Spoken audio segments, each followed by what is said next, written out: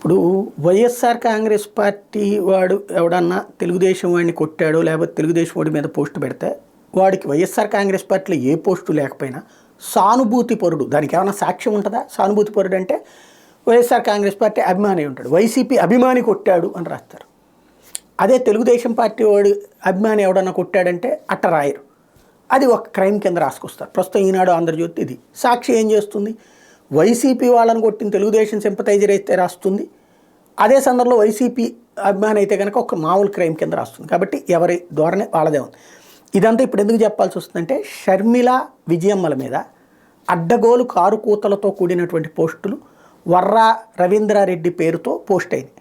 అతను YSR Congress party social మీడియాలో మంచి సబ్జెక్టుతో పోస్టులు పెడతా ఉంటాడు, తన పార్టీకి అనుకూలంగా అవతల పార్టీలని వ్యతిరేకంగా.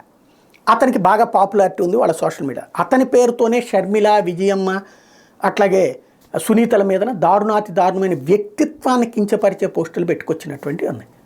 అందరూ కూడా అతన్ని టార్గెట్ చేశారు, నువ్వు మీ ఎంత వీరాభిమాని అయితే మరీ వ్యక్తిత్వాన్ని ఎట్టకించి పరుస్తావు అంటే అబ్బాయి నా సంబంధం లేదు మొర్రో అన్నాడు.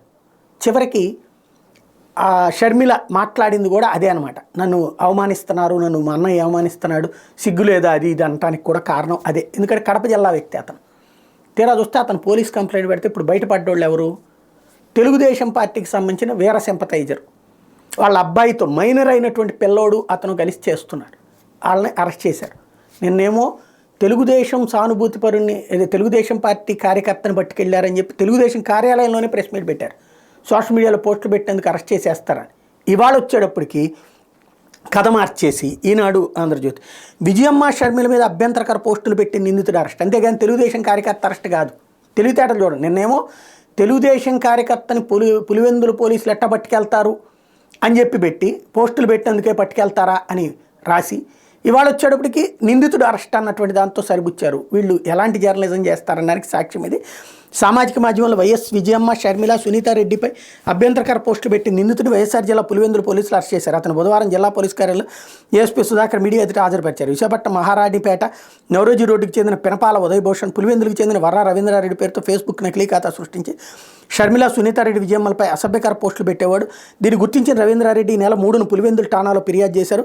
మరోవైపు అసభ్యకర పోస్టుల విషయంపై సునీత కూడా హైదరాబాద్లో పోలీసులకు ఫిర్యాదు చేశారు. దీంతో సైబర్ పోలీసుల సాయంతో ఫేస్బుక్ ప్రతినిధుల నుంచి వివరాలు తెప్పించుకుని ఉదయభూషణ్ నిందితుడిగా తేల్చారు. విశాఖపట్నం వెళ్లి ఆయన అరెస్ట్ చేశారు.